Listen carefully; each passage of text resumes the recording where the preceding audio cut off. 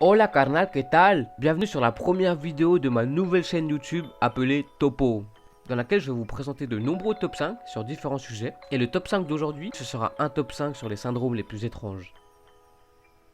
Numéro 5. Le syndrome de Fregoli. Il s'agit d'un trouble psychiatrique qui survient chez l'adulte, de nature paranoïaque. Le sujet affecté est persuadé qu'il est persécuté par une autre personne qui serait déguisée et qui changerait régulièrement d'apparence. En gros, c'est comme si toi, t'es persuadé qu'il y a quelqu'un qui te suit tout le temps, mais qui change tout le temps d'apparence. Par exemple, aujourd'hui, elle peut être noire, demain, elle peut être blanche, aujourd'hui, ça peut être un mec, demain, ça peut être une meuf, tu sais pas. Dans ta tête, t'es persuadé et tu sais que c'est une personne en particulier, mais que ça change tout le temps, en fait. Un peu comme si le gars, c'était caméléon, quoi. Tu sais c'est qui et t'es persuadé que ce mec-là veut te faire du mal. Numéro 4. Le syndrome d'Alice au pays des merveilles, ou appelé aussi communément syndrome de Todd. Les patients éprouvent des migraines qui provoquent la modification de tout ce qu'ils voient. Le sujet affecté souffre de micropsie, macropsie, téléopsie et pélopsie. La micropsie consisterait à voir les objets plus petits qu'ils ne sont en réalité. Du coup, on a l'impression qu'on est devenu géant, vraiment très très grand. Quant à la macropsie, c'est l'inverse. En fait, on a l'impression de voir les objets beaucoup plus grands qu'ils ne sont en réalité. Donc en gros, on a l'impression qu'on est devenu tout petit du jour au lendemain. Quant à la téléopsie, il s'agirait de voir les objets beaucoup plus loin qu'ils ne le sont, et la pélopsie consiste à voir les objets beaucoup plus proches qu'ils ne le sont en réalité.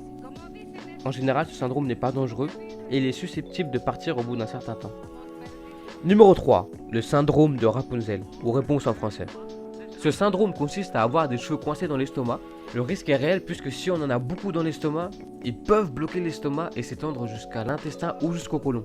Ce syndrome est provoqué par un trouble appelé trichotillomanie, assez dur à prononcer. Il s'agirait de s'arracher compulsivement ses propres poils ou cheveux et de les manger. La plupart du temps, ça arrive après un traumatisme ou lorsqu'on subit un trop gros stress. Mais des fois ça peut arriver sans raison. Par exemple, t'es là, t'es posé, tu regardes ta télé tranquille pépère. Et genre d'un coup, tu sais pas pourquoi, tu commences à t'arracher les cheveux et en plus tu commences à les manger. Et en plus apparemment ce trouble serait assez répandu selon les études, vu qu'il y a 1 à 2% de la population mondiale qui en serait atteint. Ça représente à peu près 70 à 140 millions de personnes si je me trompe pas.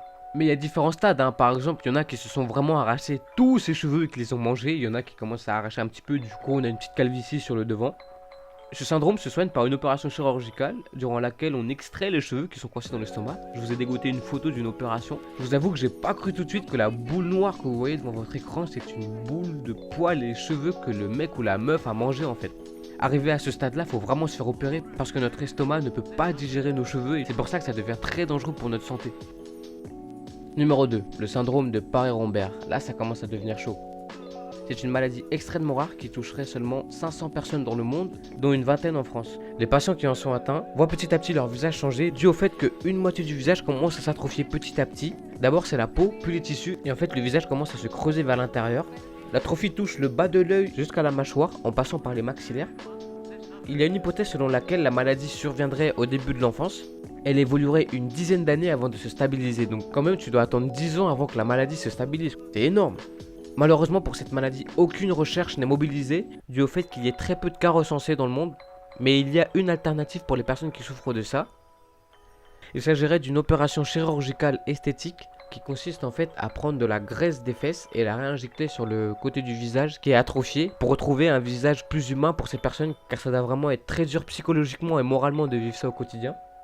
Parfois il peut arriver que la maladie elle se propage. J'ai lu un article sur une dame âgée d'environ 55 ans. Elle disait que sa maladie, au début elle a commencé au niveau du visage, puis progressivement elle est descendue vers l'estomac. Du coup elle avait l'estomac qui commençait à s'atrophier jusqu'à atteindre une de ses deux jambes. Et enfin pour finir, le numéro 1, le syndrome du mort-vivant ou syndrome de Cotard. C'est un syndrome que j'ai trouvé flippant personnellement, c'est pour ça que je l'ai mis en numéro 1. Le malade est persuadé que ses organes sont en train de pourrir ou qu'ils sont même déjà morts, et dans certains cas, le malade peut penser qu'il est déjà mort depuis longtemps. Il souffrira apparemment d'hallucinations visuelles, il peut arriver qu'il se mutile et dans les pires des cas, c'est déjà arrivé que le malade se suicide.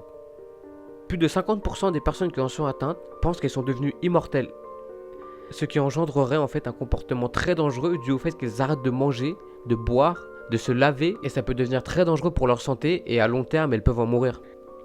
D'ailleurs justement j'ai un exemple ici du premier cas recensé, ce fut en 1882 par le neurologue français Jules Cotard. Suite à la découverte d'une patiente qui pensait qu'elle n'avait plus une partie de ses organes, elle pensait que son cerveau était mort, que ses nerfs étaient morts. Mais ironiquement, elle pensait qu'elle était devenue immortelle. Du coup, elle a arrêté de manger et par la suite, elle est morte de ça. J'ai même trouvé le cas d'un chanteur qui s'appelait Per Yngve Olin. C'est un chanteur du groupe Mahem, désolé si je le prononce mal. C'est un groupe de black metal norvégien originaire d'Oslo. Il fut connu sous le nom de Dead, décrit comme obsédé par la mort. Il pensait que son corps était déjà mort depuis qu'il était tout petit. Il s'automutilait parfois gravement. Et il finit par se suicider en avril 1991. Il est mort très jeune, à l'âge de 22 ans. Voilà carnal, la vidéo est finie, j'espère que ça t'a plu. Si c'est le cas, n'hésite pas à mettre un petit pouce bleu, ça m'encouragerait. N'hésite pas à t'abonner si t'as envie car je sortirai prochainement de nouvelles vidéos. Sur ce, ciao ciao carnal.